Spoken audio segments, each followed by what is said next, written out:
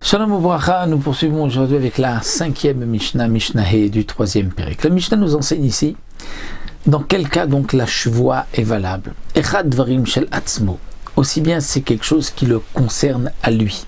Quelqu'un qui jure qu'il va manger ou qu'il ne va pas manger, ça le concerne lui. Vechad dvarim shel acherim, ou quelque chose qui concerne un autre aussi. C'est-à-dire quelqu'un qui jure qu'il va donner à un tel, comme la Mishnah va l'expliquer. Vechad dvarim sheyesh bahem mamash, vechad dvarim she'en bahem mamash. Aussi bien si c'est quelque chose où il y a mamash, où il y a quelque chose, où il n'y a pas, où il n'y a pas de mamash, il n'y a rien. C'est quoi dvarim sheyesh bahem mamash? Lorsque quelqu'un dit je vais manger. Donc manger c'est quelque chose de concret. Mais si quelqu'un donc dit je vais dormir ou je ne vais pas dormir, ça c'est dvarim she'en bahem mamash. Et aussi, dit le Barthénora, ça inclut quelque chose où il n'y a aucun profit. Quelqu'un qui dit je vais jeter une pierre dans la mer, qu'est-ce que ça lui apporte de jeter une pierre dans la mer? Ça s'appelle quelque chose she'en bo mamash. C'est pas comme quelqu'un qui a dit de manger, de profiter de quelque chose de ce monde. Et donc la Mishnah va nous dire que dans tous les cas, la shvoa est valable. Ketzat, comment? Amar shvoa she'eten le ish ploni.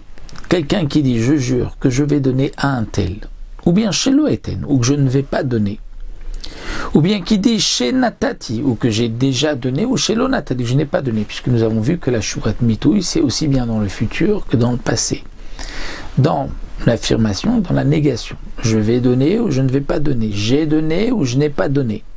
Ça, c'est comme nous l'avons vu, quelque chose qui dépend, qui est dvarim sharim, qui concerne aussi les autres. Alors la Gemara, comme le rapporte ici le Tosot Yom Tov, pose la question, mais il va donner à un tel, il va donner quoi? Il s'agit ici de donner de la tzedaka à un pauvre. Si c'est de donner de la tzedaka à un pauvre, on a déjà cette obligation, on a déjà juré au Mont Sinaï qu'on doit donner de la tzedaka à un pauvre, naton titen. Donc, non, dit la Gemara, ce n'est pas de donner de l'argent à un pauvre, c'est donner un cadeau à un riche. Donc quelqu'un qui dit, c'est pas de la tzedaka, je vais donner à un tel ou je vais pas donner, ou j'ai donné ou j'ai pas donné. Voici maintenant ce qui n'a pas de mamash, qui n'est pas concret, qui n'y a pas de chose qui est palpable. Chez Ishan ve shelo Ishan, il jure de dormir ou de ne pas dormir. Ou chez Yashanti ve shelo Yashanti, où il jure qu'il a dormi ou il jure qu'il n'a pas dormi. Et donc, dans le cas où il y a eu une transgression, donc il a juré qu'il a dormi et il n'avait pas dormi, ou il a juré qu'il n'a pas dormi, il a dormi, donc il a transgressé sa shvoa. De même, chez Ezrok tzror leyam shelo Ezrok. Chez Zarakti, chez le Zarakti. Comme nous avons vu que jeter une pierre, c'est aussi quelque chose qui n'est pas concret parce qu'il n'a pas de profit de cela, juste de jeter une pierre ou ne pas la jeter, ou j'ai jeté ou je n'ai pas jeté. Rabbi Ishmael Omer, mais Rabbi Ishmael nous dit non. Rabbi Ishmael n'est pas d'accord avec notre Mishnah et n'est pas d'accord avec ce que nous avons vu plus haut. Et comme nous allons voir, Rabbi Akiva est en marloquette avec Rabbi Ishmael. Ce que nous avons vu plus haut que la shvuat bitouille, c'était dans le futur et dans le passé. Rabbi Ishmael dit non. Et no chayav ela alatid lavo. On est chayav que si dans le futur, c'est-à-dire s'il jure qu'il va manger ou il jure qu'il ne va pas manger, mais pas dans le cas où il jure qu'il a mangé et qu'il n'avait pas mangé, ou il jure qu'il n'avait pas mangé et qu'il a mangé. Chez Neymar, parce que c'est marqué dans le pasuk lehara oletiv, de se faire du mal ou de se faire du bien. Donc dans le futur, c'est un futur lehara oletiv. Amalo Rabbi Akiva lui dit non.